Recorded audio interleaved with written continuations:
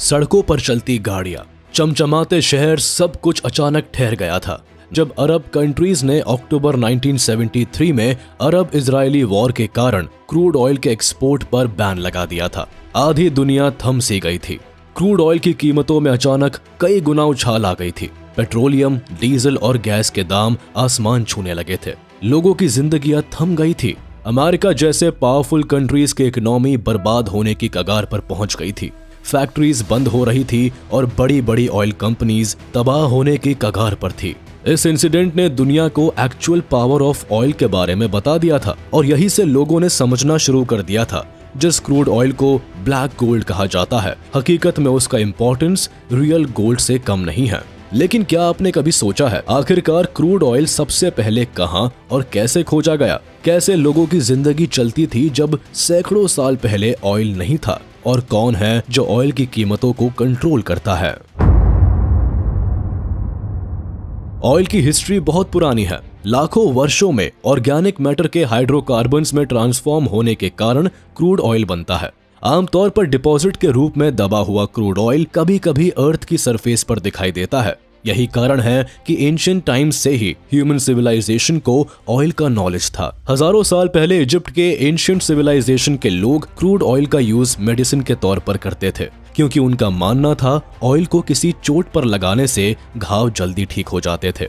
347 CE में China में crude oil के कुएं खोदे गए थे। इन कुओं की गहराई लगभग 240 मीटर तक थी और इन्हें बांस के खंभों से जुड़ी पोल्स को यूज करके ड्रिल किया गया था। लेकिन उस समय किसी को भी नहीं मालूम था आगे चलकर यही क्रूड ऑयल ब्लैक गोल्ड के नाम से मशहूर हो जाएगा। इन कुओं से निकलने वाला गाढ़ा लिक्विड आसानी के साथ जलाया जा सकता था, इसलिए इसका यूज नमक बनाने में किया जाने लगा। कुएं से बैम्बू की पाइपलाइन बिछाकर ये ऑयल नमक के खेतों में पहुंचाया जाता था, जहां ऑयल से आग जलाई जाती थी और नमक इवेपोरेट होकर बाहर निकलता था। जब यही क्रूड ऑयल 7th सेंचुरी में जापान में मिला तो वहां के लोगों ने इसे जलने वाला पानी कहना स्टार्ट कर दिया। 9th सेंचुरी में अजरबैजान के आसपास कई जगहों से क्रूड ऑयल पानी की तरह बहा करता था। 12th सेंचुरी में जब इटालियन एक्सप्लोरर मार्को पोलो दुनिया घूम रहा था, उसे कैस्पियन सागर के किनारे बाकू नाम की जगह पर चारों तरफ ऐसा ही क्रूड ऑयल दिखा था। लेकिन इसके बावजूद 15th सेंचुरी तक इस ऑयल का किसी बड़े पैमाने पर यूज नहीं किया जाता था। यहाँ तक कि उस समय लोग इतना भी नहीं सीख पाए थे कि इस ऑयल का यूज करके रात में रोशनी की जा सकती थी। लोग रात में घरों से नहीं निकलते थे और अगर किसी स्पेशल कंडीशन में किसी को बाहर निकलना होता था तो उजाले के लिए अलग अलग देशों में different type of techniques use की जाती थी। उस समय लोग इस विशेष प्रकार की फिश एंड बर्ड्स को शिकार करके कई दिनों पहले ही घर में लाकर रख लेते थे और उन्हें सुखाकर जलाया जाता था, जिससे उजाला निकलता था। अमेरिका के सामन नाम की फिश और स्कॉटलैंड एंड आयरलैंड में पेट्रिल्स नाम की चिड़िया को कैंडल्स के रूप में उजाले के लिए जलाया जाता था। और फिर साल 1700 आते आते ऑयल निकालने के लिए वेल फिश का यूज किया जाने लगा। बड़ी संख्या में समुद्र से वेल मछलियां पकड़ी जाने लगी और छोटे छोटे कारखाने बनाकर इनसे ऑयल निकाला जाने लगा। इस ऑयल से रोशनी जलाई जाने लगी और इसका यूज परफ्यूम और ल्यूब्रिकेंट बनाने के तौर पर भी किया जाने लगा। इस वेल फिश से प्रोड्यूस होने वाले ऑयल पर अमेरिका की मोनोपोली थी, क्योंकि अमेरिका ने ज्यादातर अपने शिप्स वेल की तलाश में समुद्र में छोड़ रखे थे। उस समय वेल ऑयल इंडस्ट्री अमेरिका की 5th लार्जेस्ट इंडस्ट्री बन गई थी। 1846 में कनाडा के जियो साइंटिस्ट अब्राहम गेजनर ने उजाला करने के लिए एक नए ऑयल को खोज निकाला। अब्राहम गेजनर ने ऑयल शेल, कोल और बिट्यूमेन को रिफाइन करके ऐसा ऑयल बना लिया था जिससे आसानी के साथ आग जलाई जा सकती थी। इसका नाम केरोसिन ऑयल रखा गया था। केरोसिन ऑयल की रिसर्च से दुनिया के अंदर नया रेवोल्यूशन देखने को मिल रहा था। इस ऑयल को बनाने में कम रिसोर्सेज लगते थे, इसलिए वेल ऑयल के कंपैरिजन में इसकी कीमत भी 15 गुना कम थी, जिसका असर ये हुआ कि धीरे धीरे बड़े पैमाने पर केरोसिन ऑयल बनाया जाने लगा। कई कंपनीज इस ऑयल की मैन्युफैक्चरिंग में आने लगी। इस केरोसिन ऑयल की मदद से रात में भी लोग सड़कों पर घूमने लगे थे, क्योंकि अब सड़कों पर लैंप लगने लगे थे। केरोसिन ऑयल के बाद भी इससे बेहतर ऑयल की तलाश जारी रहती है और साल 1858 में पहली बार अमेरिका के वेस्टर्न पेंसिल्वेनिया में लोगों को सॉल्ट वॉल से लगातार काला तेल निकलता हुआ दिखाई देता है। हालांकि शुरुआत में इस ऑयल के अनप्लेजेंट गंध के कारण लोग इस पर काफी ध्यान नहीं देते हैं, पर पदार्थ को उन्होंने एज पेट्रोलियम आइडेंटिफाई किया था। इन्हीं दिनों जेम्स टाउनसेंड नाम का एक आदमी, जो कि एक बैंक का प्रेसिडेंट था, उसने इस पेट्रोलियम से पैसे बनाने के बारे में सोचा।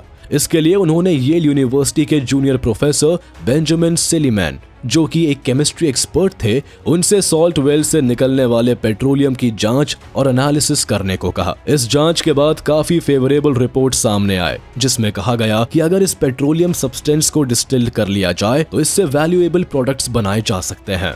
टाउनसेंड को इस बात का अंदाजा था, इसीलिए टाउनसेंड ने अपने 2 और साथियों के साथ मिलकर पेंसिल्वेनिया रॉक ऑयल कंपनी को ऑलरेडी फॉर्म कर रखा था, लेकिन इसके स्टॉक्स ज्यादा बिके नहीं थे। शायद अब तक लोगों को पेट्रोलियम, केरोसिन और पेट्रोल की कीमत और यूसेज का अंदाजा नहीं था। इसके बाद टाउनसेंड एडविन ड्रेक से मिलता है, जो कि एक रेल रोड में काम करने वाला एम्प्लॉय होता है। ड्रेक भी उन दिनों ऑयल क्वेस्ट में लगा होता है। टाउनसेंड ड्रेक से पेंसिल्वेनिया के ऑयल रीजन्स का दौरा करने की रिक्वेस्ट करते हैं और इसके बाद ड्रेक उन्हें कहता है कि क्रूड ऑयल से काफी फॉर्च्यून बनाया जा सकता है।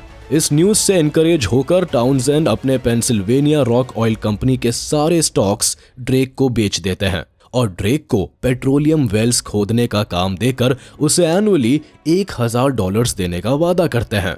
इसके बाद ड्रेक सेनेका ऑयल कंपनी नाम से एक कंपनी को बनाते हैं।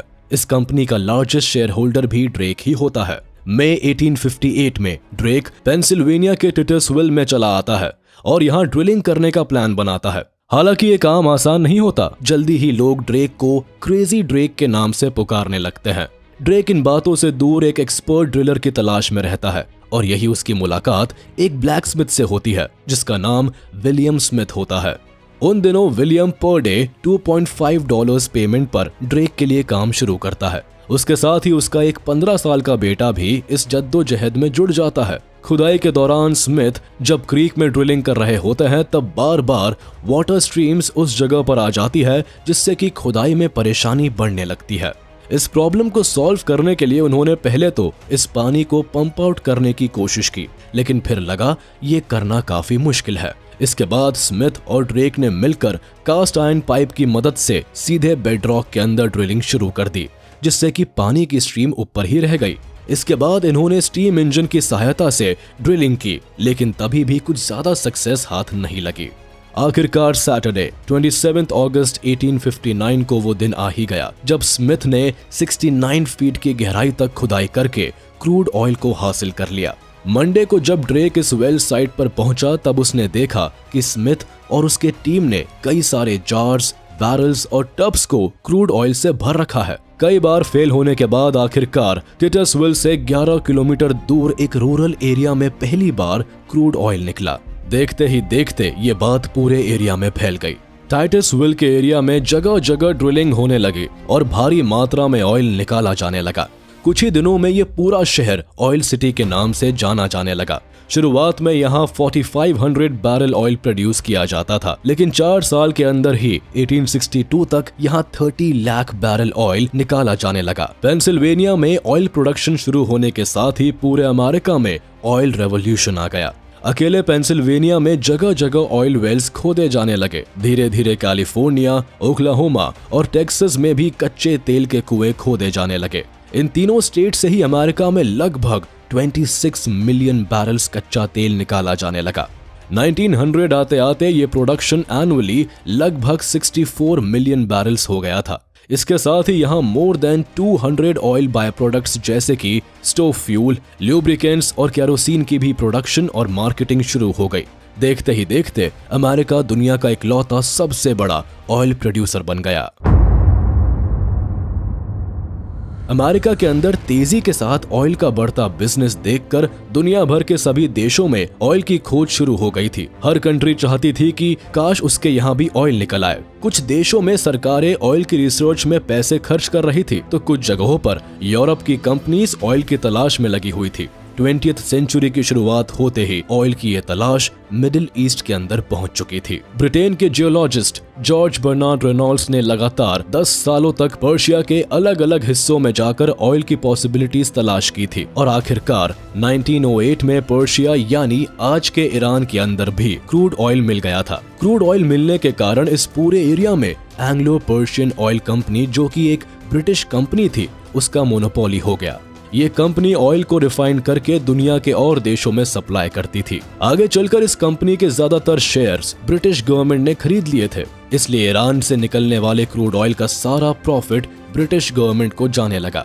ब्रिटिश कंपनी की इस हरकत से ईरान ब्रिटिशर्स के खिलाफ खड़ी हो गई एंड दोनों देशों के बीच कॉन्फ्लिक्ट स्टार्ट हो गया। इस कॉन्फ्लिक्ट को सुलझाने के लिए आखिरकार एंग्लो पर्शियन ऑयल कंपनी और ईरान के बीच 1933 में एक एग्रीमेंट साइन हुआ, जिसमें कहा गया ब्रिटिशर्स ईरान को एक निश्चित पैसा देंगे और बदले में 60 सालों तक ईरान उसके बिजनेस में दखल नहीं देगा। और इस तरह से ईरान के आसपास क्रूड ऑयल पर पूरी तरह से ब्रिटिशर्स का कब्जा हो गया।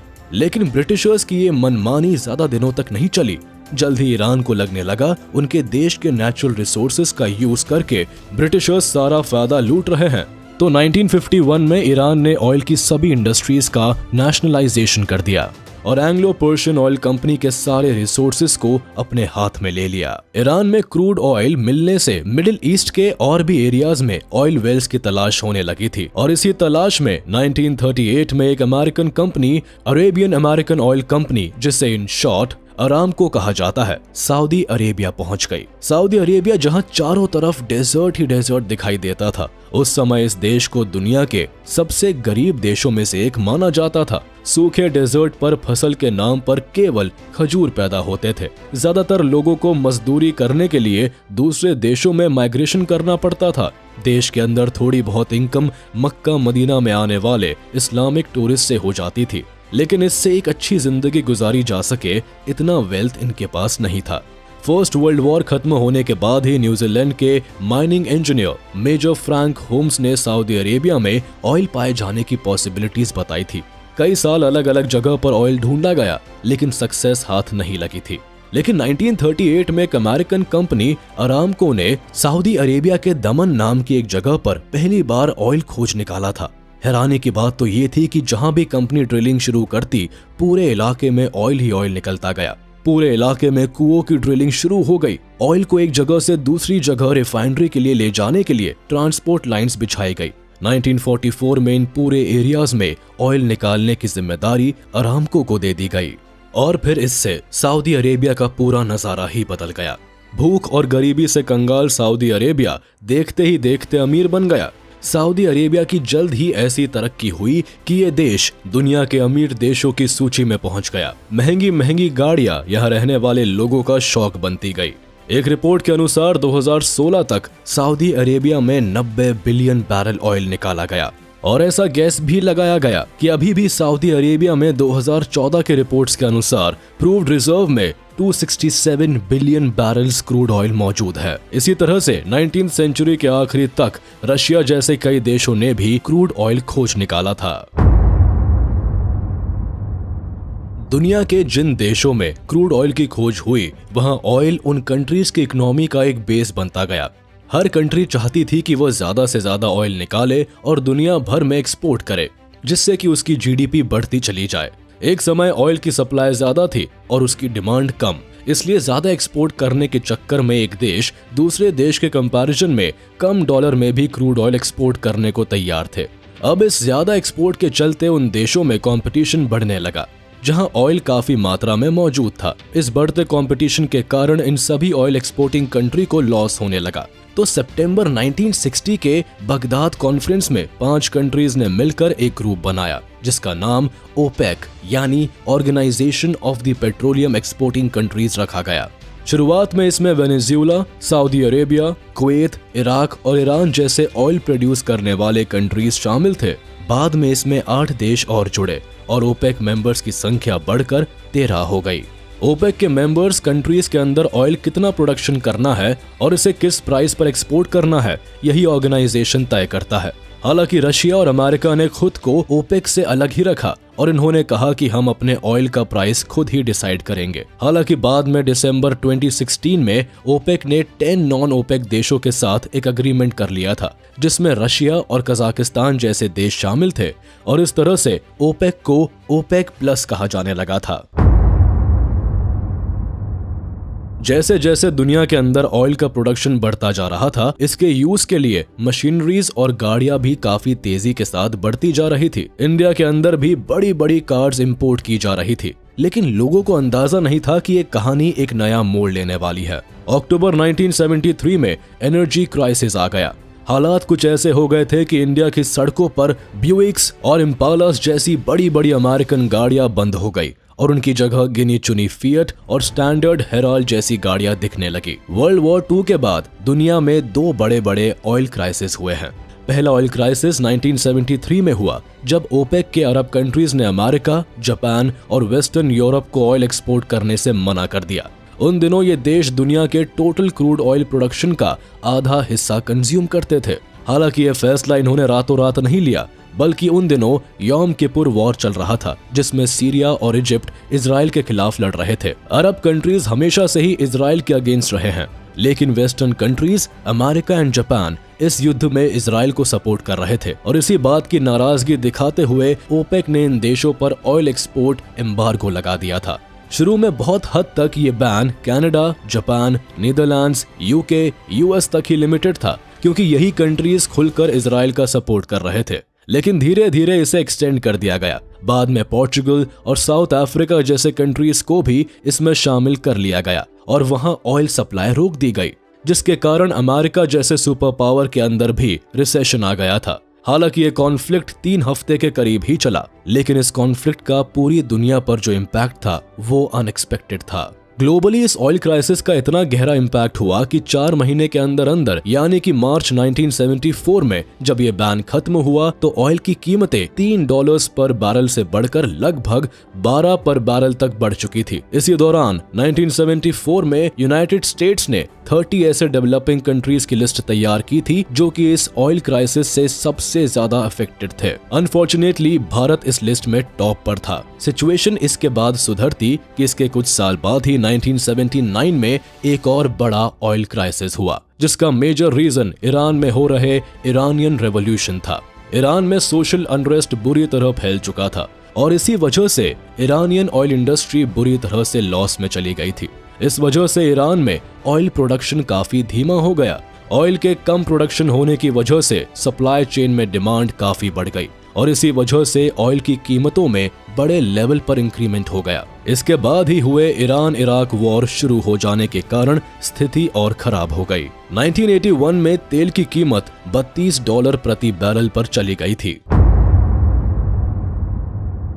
साल 2020 में क्रूड ऑयल के प्राइस अचानक नेगेटिव हो गए और हिस्ट्री में ऐसा पहली बार हुआ था। जो ऑयल अप्रैल 2020 में $18 पर बैरल के हिसाब से मिल रहा था, वही ऑयल मई 2020 तक -$37 पर बैरल पहुंच गया था। अचानक क्रूड ऑयल के प्राइस में आई ये गिरावट का मेन रीजन था कोविड पैंडेमिक। पूरी दुनिया में ज्यादातर इंडस्ट्रीज बंद हो गई थी, गाड़ियां घरों में कैद हो गई थी। ऑयल इंपोर्ट करने वाले देशों ने ऑयल इंपोर्ट करवाना कम कर दिया था।